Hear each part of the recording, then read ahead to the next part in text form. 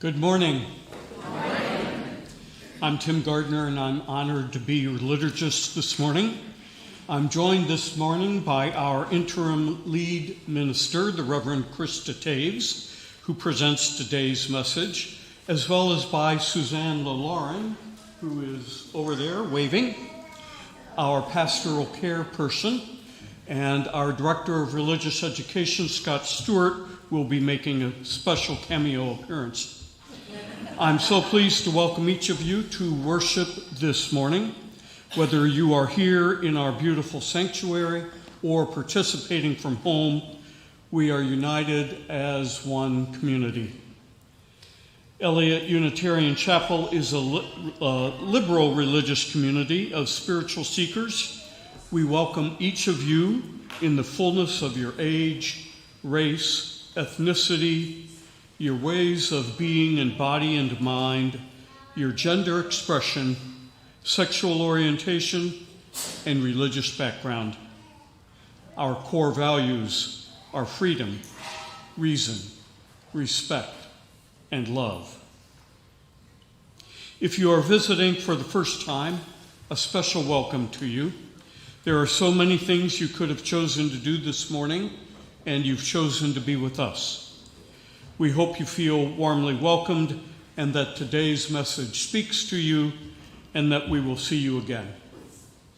If you are here in person, please fill out the guest form that you may have received on the way in, both sides if you also have children visiting with you, so you can stay in touch with you, so we can stay in touch with you. If you did not receive a guest form, please ask one of the ushers for one after the service. If you are visiting us online, let us know you are here by emailing welcome@eliotchapel.org so that we can personally welcome you to this beloved community. Welcome@eliotchapel.org. We hope you will, and all of you, join us for coffee hour in Adams Hall after the service. Come forward and to the right. If you are new, take a blue cup, and if you are not new, we invite you to look for folks with blue cups and say hello. Please pay special attention to the announcements in your order of service, to the sign-up sheets in the hallway leading into Adams Hall, and especially in Adams Hall. Many tables with information and sign-up lists. Those of you wearing your name tag today, thank you. And when you put them away, look for the name of someone you may have missed seeing, and over the coming week, consider picking up the phone or sending a note in the mail just to say hello and to renew a friendship. And now our chalice lighting. The Unitarian Universalist symbol is the flaming chalice, with the bowl representing the beloved community, and the flame, the spark of the divine that burns in all of us. Please join me in speaking our congregational covenant as printed in your order of service. As a free congregation, we promise to one another our mutual trust and support. To create beloved community, we promise to be kinder to each other than we have to be. To listen fully to each other with an open mind and heart. To speak responsibly and respectfully. To find ways to improve our church for all our members and friends. And now please rise as you are able for our opening hymn, number 103, For All the Saints, 103.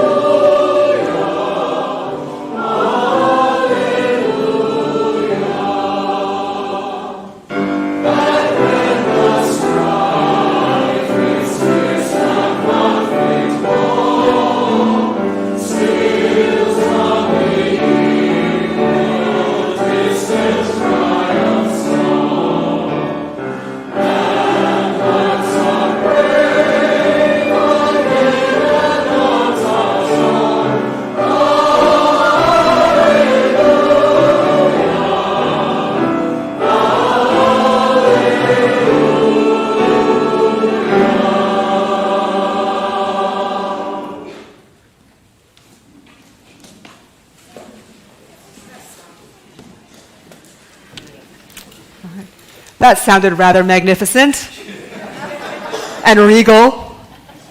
Thank you.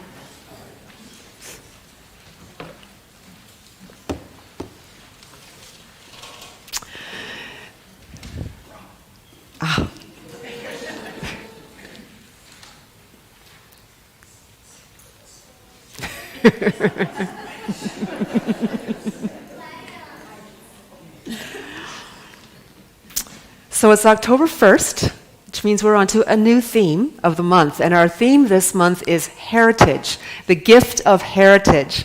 Today we're exploring what the word heritage can mean for us. Heritage can be understood using the idea of roots that nourish a tree and give us the gift of courage and wisdom when times get tough. This story was created by Barbara Marshman. At the edge of a forest stood a large, fat mushroom. And next to it, there grew a spindly plant about the same height with 4 leaves. And one day the mushroom said to its companion, "Say there, Skinny, I've been watching you. How come when anyone pushes over a mushroom, we all go to pieces? But when you get pushed over, you can straighten up again as good as new." The little plant thought for a while. And then it answered, I guess it's because I have something down under the ground called roots. They go down deep, and when I get pushed, I just hang on tight with my roots until I'm all right again. Hey, that's a neat idea. How do I go about getting those roots? Well, it takes a long time. I've been growing mine for almost a year. A whole year? Who's got that kind of time? A whole year growing something that you can't even see? Well, they may be handy, but that's the silliest waste of time I've ever heard.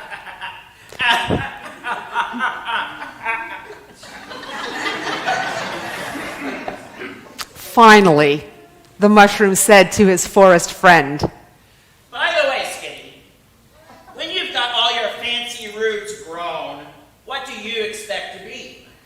The little plant seemed to grow taller as it said, Well, do you see the tallest oak tree standing up on the hill against the wind? That's my mother. And someday I'm going to be strong and tall just like her. Ooh. and that's the end of the story. Let's sing our children and youth to their classes.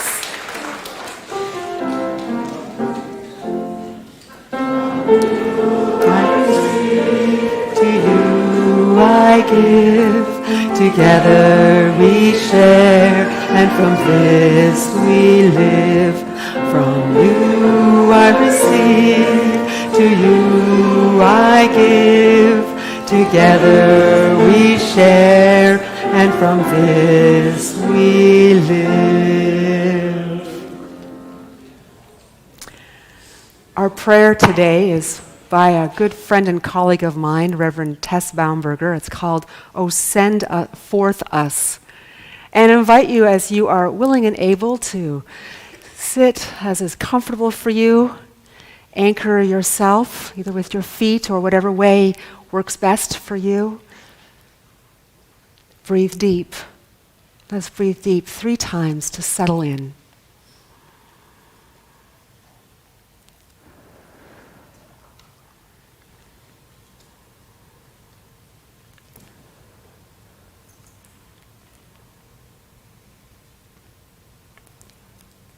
Oh, send us forth, Spirit, forth to do well our work of our lives, work of our living. May these our lives touch healingly, lovingly, those in need of love and healing. May we bear witness to our faith, even when to do so seems too great a risk. Oh, send us forth, Spirit, yet leave us taproots here to sustain us and to twine with roots of these our lovely, loving others, whose spirits have welled a while together. Let us enter into a time of prayerful and meditative silence.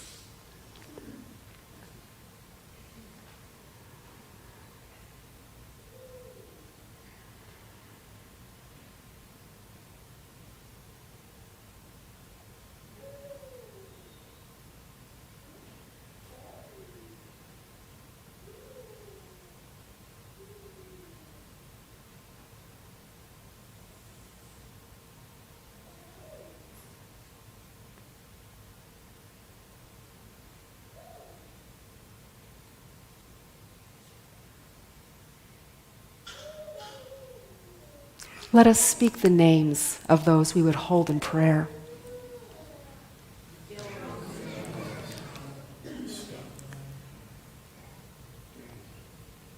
In the intertwined roots of your love, this we pray. Amen, and blessed be. I invite you to stay seated for our meditative hymn number 123, Spirit of Life. We will sing it twice.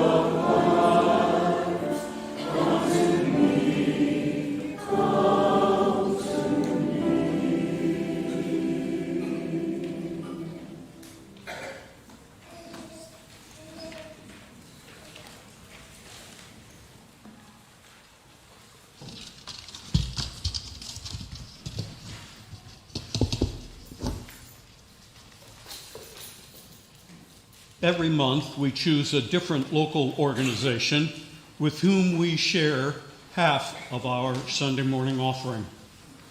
This month, we are supporting the Migrant and Community Action Project, or MICA, whose central purpose is to ensure that migrants, refugees, and asylum seekers have legal representation. We know that our immigration system is challenging, often intentionally difficult to navigate. Good legal representation can make all the difference. Let us do our part to ensure that we welcome those who seek to build their lives here. Would the ushers please come forward?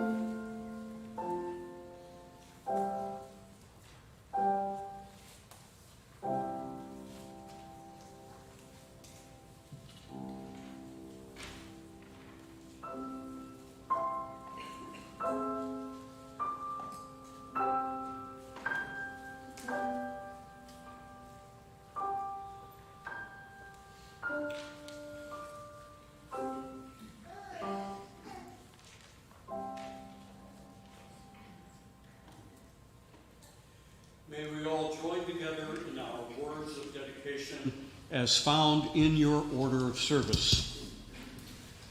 To the work of the church, which is weaving a tapestry of love and action, we dedicate our lives and these our offerings.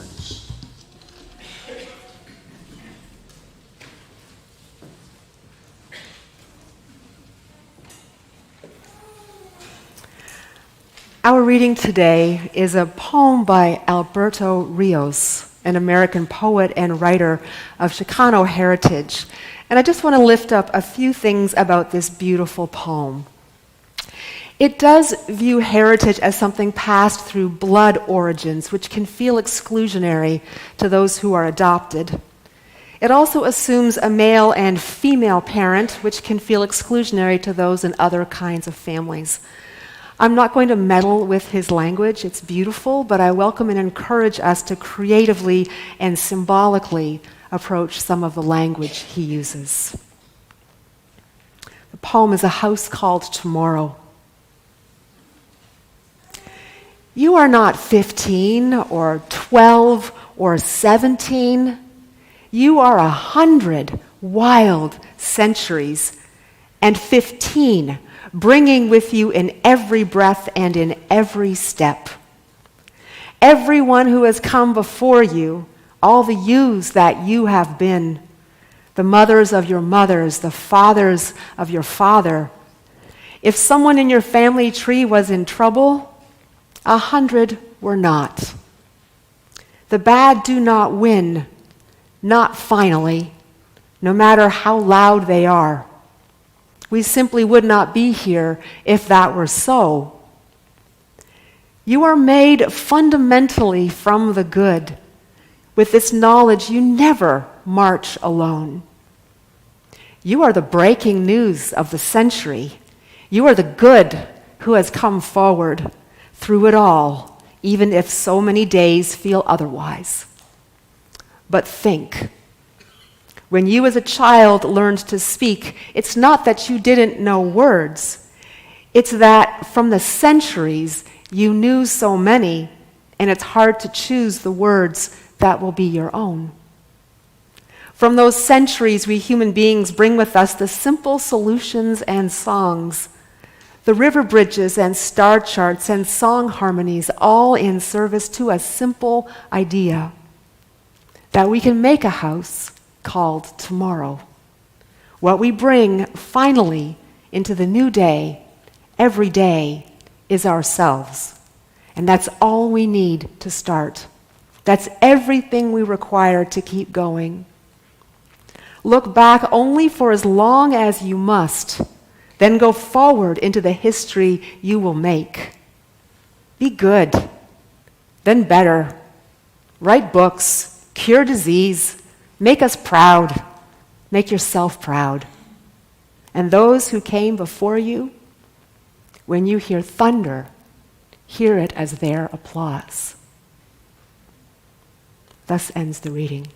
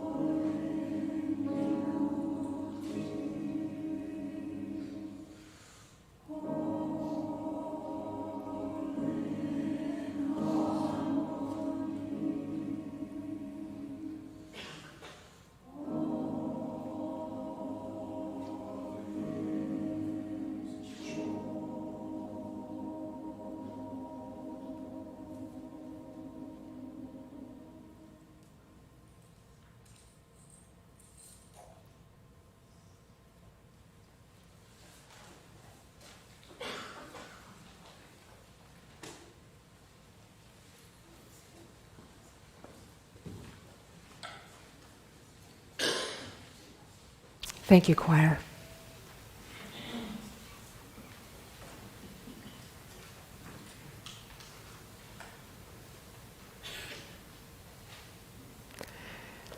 Did you know that there are 3 kinds of tree roots? There are taproot systems that have one central root that goes straight down from the trunk deep into the earth, as far down as the water table sometimes. And it has lateral roots growing out from that central taproot. Most oaks, walnuts, and hickory trees are in this category. On the other hand, locust, sycamore, and pine trees have heart root systems, which means there are multiple primary roots going down, not as deep as a taproot, but also with layers and layers of secondary roots that grow out horizontally and then back around, forming a root ball that holds the tree steady. And then there are flat root systems where there is no taproot, and the roots grow almost entirely horizontally from the trunk at pretty shallow depths, often extending far beyond the tree. Cottonwoods, spruce, sugar maple, and silver maples have flat root systems. So there are taproot, heart root, and flat root systems. And today I'm going to use these different root systems as metaphors to explore our own roots in light of our spiritual theme this month, the gift of heritage. I really like using nature metaphors because nature is such a prominent force in our Unitarian Universalist theology. With so much theological diversity amongst our people, a love of nature and a respect and a reverence for the natural world and its interdependence is something that we can all focus on together. So it is a source of our theology, it is an inspiration for our theology, and reverence of it is an aspiration for us. It is a way of living faithfully and truthfully. We'll start today by exploring mostly our own individual roots, and then week by week widening our gaze to larger root systems that are bigger than one life or one family or one community. We will be looking at what our various heritages can mean to us and offer us, and what heritage we seek to connect with in our quests to live rich, full lives of meaning and purpose that help us to leave this world a better place than when we were born into it. And if that sounds like a tall order, it is, because Unitarian Universalism is not a faith for the faint of heart. I want to start with a story of an actor that many of you may be familiar with, Kerry Washington, who starred as Olivia Pope in the 7-season hit Scandal by Shonda Rhimes. I don't know how many of you watched Scandal, but I was a total fan of Scandal. Olivia Pope is a complicated character with a complicated way of showing her love, deeply loyal to her country, having an affair with the President of the United States, always trying to move on from that affair, and always foiling some plot by some really bad people to bring down the country, to bring down the world, and control everything. Kerry Washington is very little like Olivia Pope, but appreciated tapping into her fierce and vulnerable energy, and still channels some of that energy into her own much quieter life. She's now married with 3 children and still actively works in the entertainment industry. So in 2018, the year that Scandal ended, Kerry was invited by Henry Louis Gates Jr. to join his NPR show, Finding Your Roots. A beloved show, very popular now, which researches the genealogy of famous people. Did she want to learn about her family history? Of course she did. She was in, and she was excited. Who doesn't want to learn about their roots? One aspect of that exploration is a DNA search, and her parents would need to provide DNA samples, as would she. This is especially important when researching African American genealogy, because the scarcity of records means that DNA is often a major way of revealing your roots. But when she talked to her parents, they were very anxious and very resistant and wouldn't explain why and resisted the request. Her father had a panic attack and he stopped being able to sleep. So she went back to Henry Louis Gates Jr. and said, "Look, can we do the show without my parents' DNA? I don't know what's going on." Well, those roots didn't work very well, did they? I think we'll just let them rest. Well, when Henry learned about this, he went to her parents. And he asked if there was anything they hadn't shared with Carrie, and he urged them to tell her whatever it was that she needed to know. And that is how Carrie found herself sitting with her parents as they painstakingly told her that her father was not her biological father. They had used a sperm donor to have her. It was back in 1975 when the recommended approach was complete secrecy. Adoptions, sperm donors, children born before marriage, it was best to keep these things secret. It was believed that it was best for the child and it was best for everyone else to just act like nothing had happened. Her parents had asked the doctor to please be sure the donor was black, so there would be no suspicion about her mother's fidelity or their child's origins. And her mother conceived. And as the due date approached, their anxiety rose. What if it wasn't a black donor? And then their anxiety fell when at her birth they saw that indeed, most likely, the donor had been black. And they began raising her and having their new family life. So Carrie grew up believing that her father was her biological father. And because her parents kept that secret so closely guarded, so did everyone else. To use the metaphor of the root system, it appeared that she was like everyone from around her. They were all from the same taproot that could be followed back as far as records and memory would allow, given the history of slavery and its erasure of the humanity of black people through something as simple as census records and birth registries that listed their ancestors only by age and sex. But still, Carrie grew up feeling this, there was something, this distance from her parents, a sense that somehow things didn't connect, which makes sense.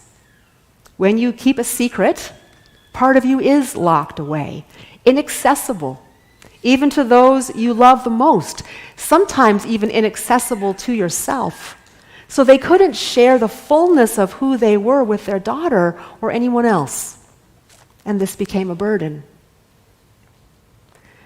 So Carrie's parents invited her into the secret. Can we please keep this among us? And she initially agreed and did not appear on Finding Your Roots and began to explore privately what this meant for her. Because before the conversation, she had assumed that her roots lay in the history of two parents. But there was now a third root to consider and a reconfiguration of the root from the father who raised her and claimed her as her own. How would you feel if this was your story? Maybe for some of you, it may be your story. All your life, you assumed a certain root system with a traditional kind of depth and spread, but now knowing what you know, what would you wonder? Would you wonder if your roots were more shallow, like a flat root system which has the benefit of drawing nutrients and water from a wide perimeter, but becomes more vulnerable in drought and more likely to topple in heavy winds? A wind was definitely blowing through all the assumptions Carrie had made. Would her roots be able to hold now that she knew more of her story?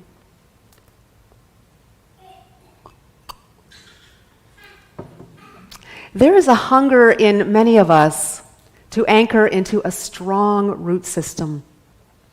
A hunger that I think may be the product of the exceptionalism of this country, which was the first democracy in the world, a country that is still being held hostage to the legacy of human enslavement and where there has been so much energy put into disconnecting from our roots. cultural genocide for indigenous people, enslavement for those brought against their will from the continent of Africa, and the melting pot for those who chose to come here and settle onto lands cleared by the enslaved and cleansed of those who were and are of this land for tens of thousands of years. All these point to a grand systemic severing of our root systems.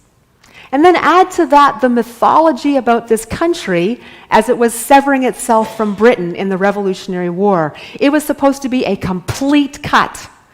John Adams, in a letter to Thomas Jefferson in 1815, wrote this as he reflected on the meaning of the separation.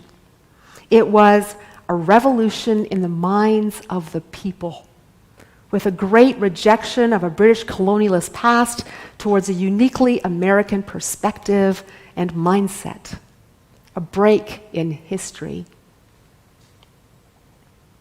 Have you ever wondered why there are so many buildings with Greek columns built after the Revolutionary War? There was an intentional divorce from English architecture with its intricate limestone towards an American version of ancient Greece, the first democracy. So we wanted to skip one route and then go and adopt another one. Like all those tall columns like you see in the White House and the United States Congress, the Lincoln Memorial and banks and post offices and universities, severing one set of roots and attaching to another. And then there's late-stage capitalism, where the equivalent of sidewalks and foundations, sewer systems and interstates, climate change and fiber optic cords, salt water that is running up the mighty Mississippi in southern Louisiana, and stock markets where we're only consumers and workers, all of this is literally severing the roots of the earth and us with it. Is it any wonder that we are yearning for roots? Who cares what kind of tap roots? Tap roots, absolutely. Heart roots, fantastic. Flat roots, bring it on. We are hungry for roots that sustain, frame, maintain, dull the pain, and nourish again and again and again. We yearn for the timeless, even as we're told that now is all we've got.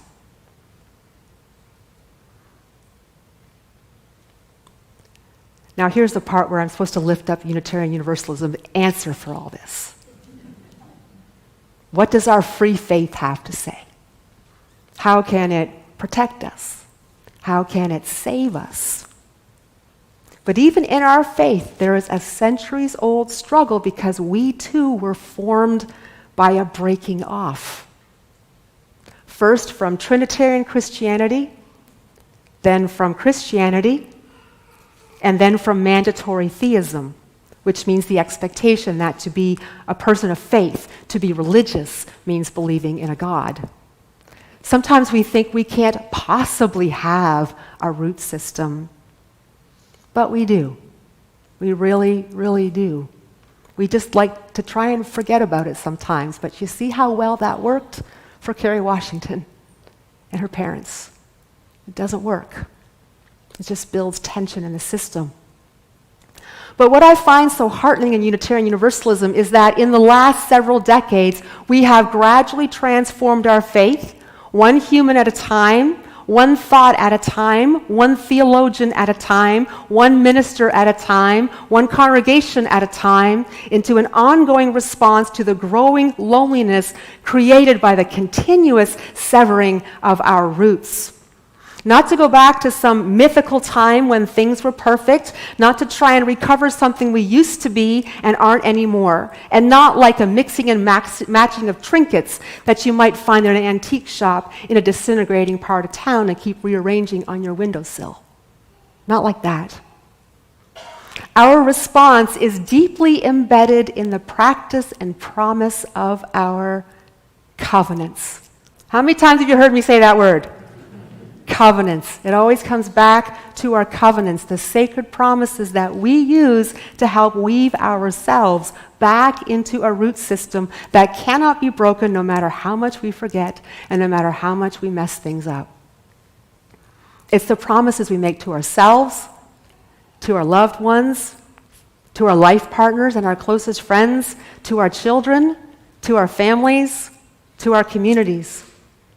It's the promises Kerry Washington's parents made to each other when they married and when they took the risk in 1975 to try and conceive the child they so wanted, a risk that frightened them so much that they never spoke of it for over 40 years.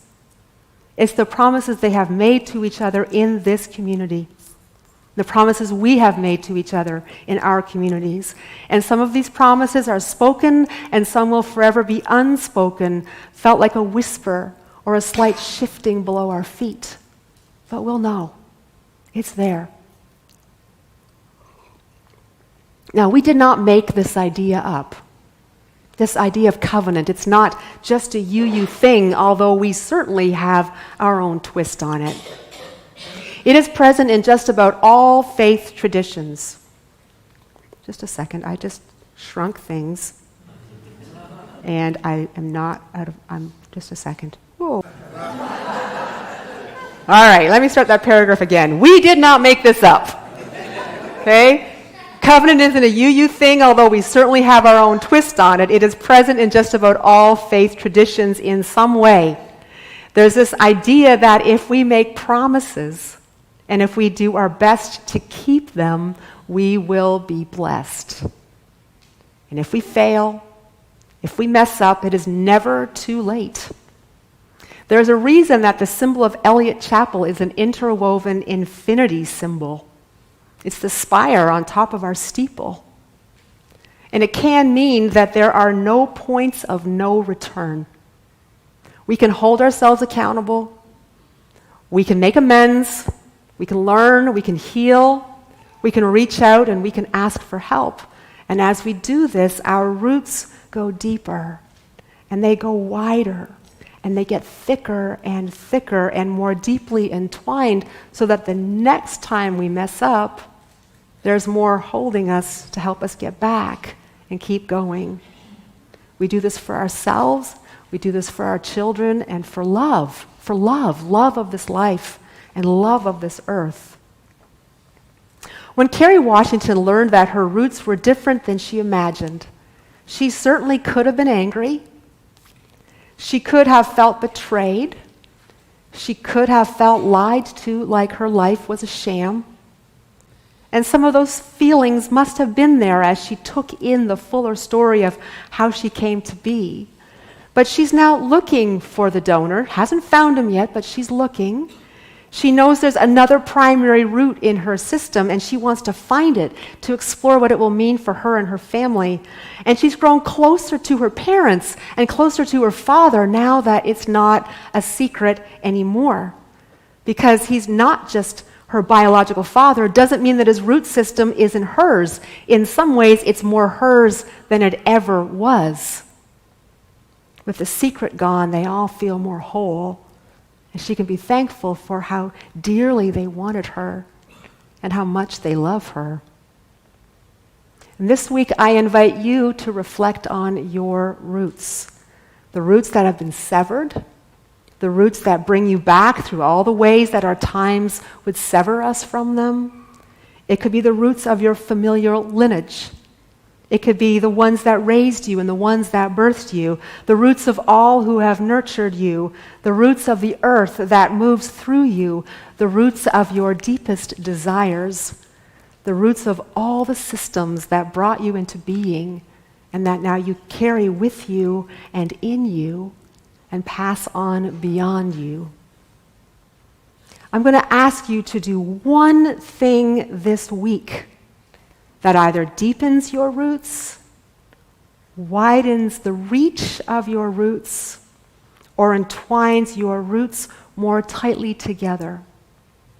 And may they bless you always. Thank you. I invite you to rise in body or spirit for our closing hymn, number 1051, We Are.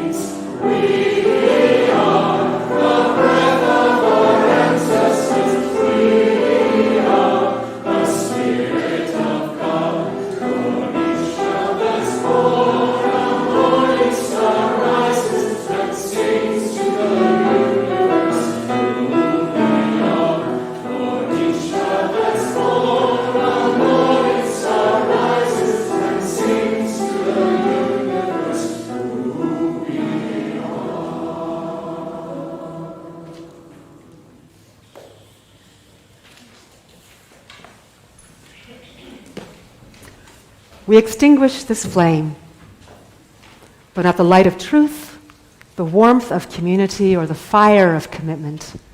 These we carry in our hearts until we are together again. Please be seated for one final musical offering.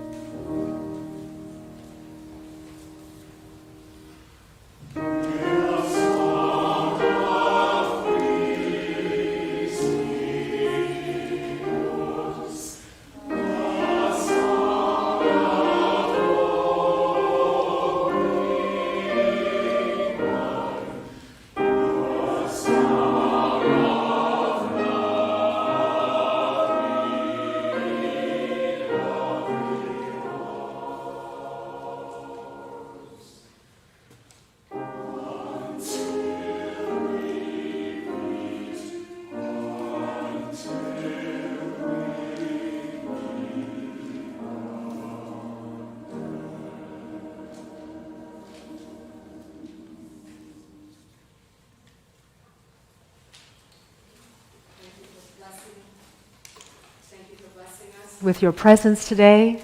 So pleased you're here. Let us go have coffee, great conversation. See you next week.